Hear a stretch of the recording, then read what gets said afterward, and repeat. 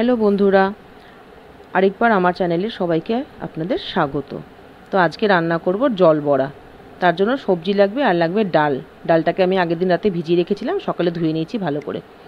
এবার সমস্ত সবজিগুলো আমি কেটে নেব। যা যা সবজি লাগছে একবার বলে দিচ্ছি। পটল লাগবে, আলু, পটল, বেগুন, তারপরে লাগবে সজনা ডাঁটা, এখনের যেগুলো সবজি, মিষ্টি আলু, কাঁচা লঙ্কা, ঝিঙে, এই সবজিগুলো লাগবে। তো এগুলোকে আমি ভালো করে কেটে নিচ্ছি, ডুমো ডুমো করে কেটে নেব, সব একই সাইজের করে।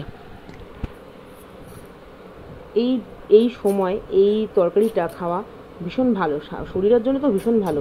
বাইরে যা গরম পড়েছে, তার জন্য এই তরকারি বা এই সবজির বড়া দিয়ে তরকারিটা খাওয়া ভীষণ ভালো। আর খুব কম তেলে, মানে সোমবারে যা তেল লাগে, এছাড়া কোনো তেল এটাতে লাগবে না। আর একটু সামান্য ঘি লাগবে, ব্যাস এই দিয়ে হয়ে যাবে আজকে আমার জল বড়ার তরকারি। তো সমস্ত সবজিগুলোকে আমি একইভাবে একই সাইজের কেটে নেব।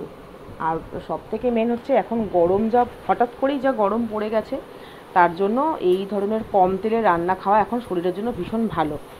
তার কারণ হচ্ছে, যত মশলাদার জিনিস খাবো আমাদের শরীর এখন তত খারাপ হবে। তাই যত হালকা পাতলা খাবো শরীরের জন্য ততটাই ভালো।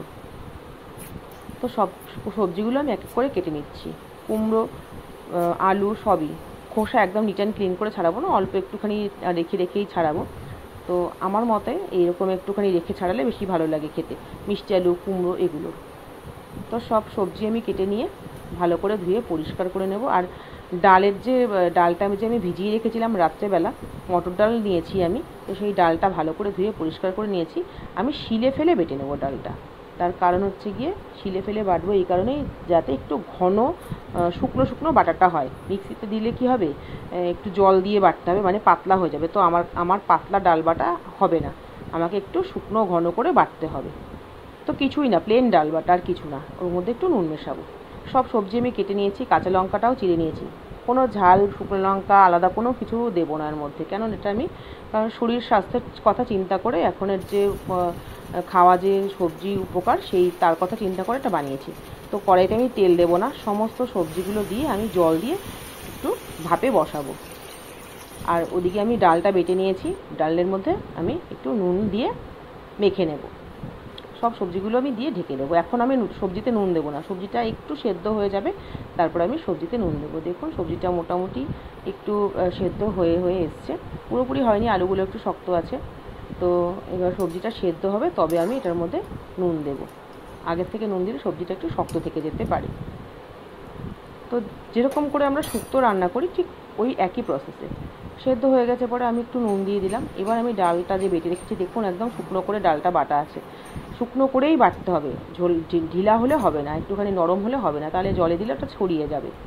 যেহেতু আমি এটা জলে দিয়েই করব, এটা যেহেতু জল বড়া, তার জন্য। এবার সবজিগুলো যখন সেদ্ধ হয়ে যাবে, মোটামুটি অনেকটাই সেদ্ধ হয়ে যাবে, তখন কি করবেন, আঁচটা আস্তে করে দেবেন, দিয়ে ডালটার মধ্যে নুন মাখিয়ে তারপরে জলের মধ্যে আস্তে আস্তে ছেড়ে দেবেন। আঁচ কিন্তু বাড়াবেন না ওই মুহূর্তে, যতক্ষণ না ডালটা জলের মধ্যে স্টিম হচ্ছে। অ্যাকচুয়ালি একটা হচ্ছে স্টিমে হবে, তেল ছাড়া। তো ডালটা, বড়াগুলো সমস্ত আমি এরকম একটা একটা করে সাজিয়ে দেবো। একদম আঁচ আমি স্টিমে করে নিয়েছি, তার কারণ ফুটবে না, টকবক করে যেন এই মুহূর্তে না ফোটে। এবার সব বড়াগুলো আমি এক এক করে দিয়ে দেবো, দিয়ে আমি ঢেকে রাখবো, আস্তে আস্তেই ঢেকে রাখবো, আঁচ কিন্তু আমি বাড়াবো না। আস্তে আস্তে বেশ খানিকক্ষণ ঢেকে রাখতে হবে, দেখবেন তখন বড়াগুলো তৈরি হয়ে যাবে, একদম মানে শক্ত থেকে যাবে বড়াগুলো। আর তখন গলার যখন চান্স থাকবে না, মানে তৈরি, মানে সেদ্ধ হয়ে যাবে, তখন আমি ওর মধ্যে একটু চিনি দেবো, দিয়ে তখন আমি আঁচটা বাড়িয়ে দেবো, একটুখানি আঁচ বাড়িয়ে কিছুক্ষণ টকবক করে ফুটতে দেবো। চিনি দেবো কেন, সবজির তরকারি সবজি দিয়ে করছি তো, একটু মিষ্টি হলে ভালো হয়, তাহলে টেস্ট আসে ভালো। আর বড়া যেহেতু আছে, ডালের বড়া, দেখুন হয়ে গেছে আমার সেদ্ধ ডালের বড়াটাও হয়ে গেছে। এবার টকবক করে কিছুক্ষণ ফুটিয়ে আমি নামিয়ে নেব, একটা বাটিতে এটা নামিয়ে নেব। এরপরে আমি কড়াইটাকে আবার গ্যাসে বসিয়ে এবার সম্বার দেবো।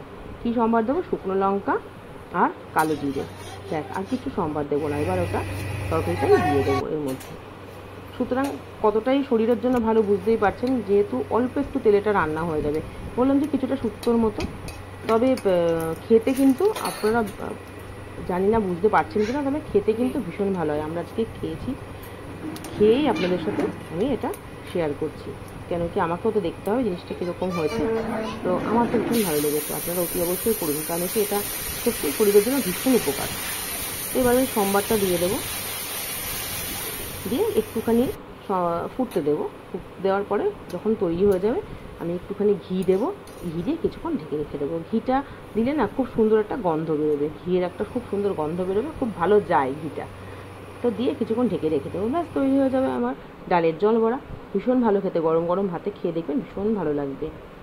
তো যদি আমার এই রান্নাটা ভালো লাগে তবে অবশ্যই আমার চ্যানেলটাকে সাবস্ক্রাইব করুন, আর লাইক শেয়ার কমেন্ট করুন, তাহলে আমারও ভালো লাগবে। ব্যাস তৈরি হয়ে গেছে আমার ডালের জল বড়া, গরম গরম ভাতে পরিবেশন করতে করুন, ভীষণ ভালো লাগবে। আমার ভালো লেগেছে তাই আমি আপনাদের সাথে শেয়ার করলাম, আপনারাও করুন, খান এবং বলুন কেমন হয়েছে। আজকের মতো এইটুকু, ভালো থাকবেন, সুস্থ থাকবেন, আবার দেখা হবে নতুন কোনো ভিডিও বা নতুন কোনো রান্নার সাথে। টাটা, ভালো থাকবেন।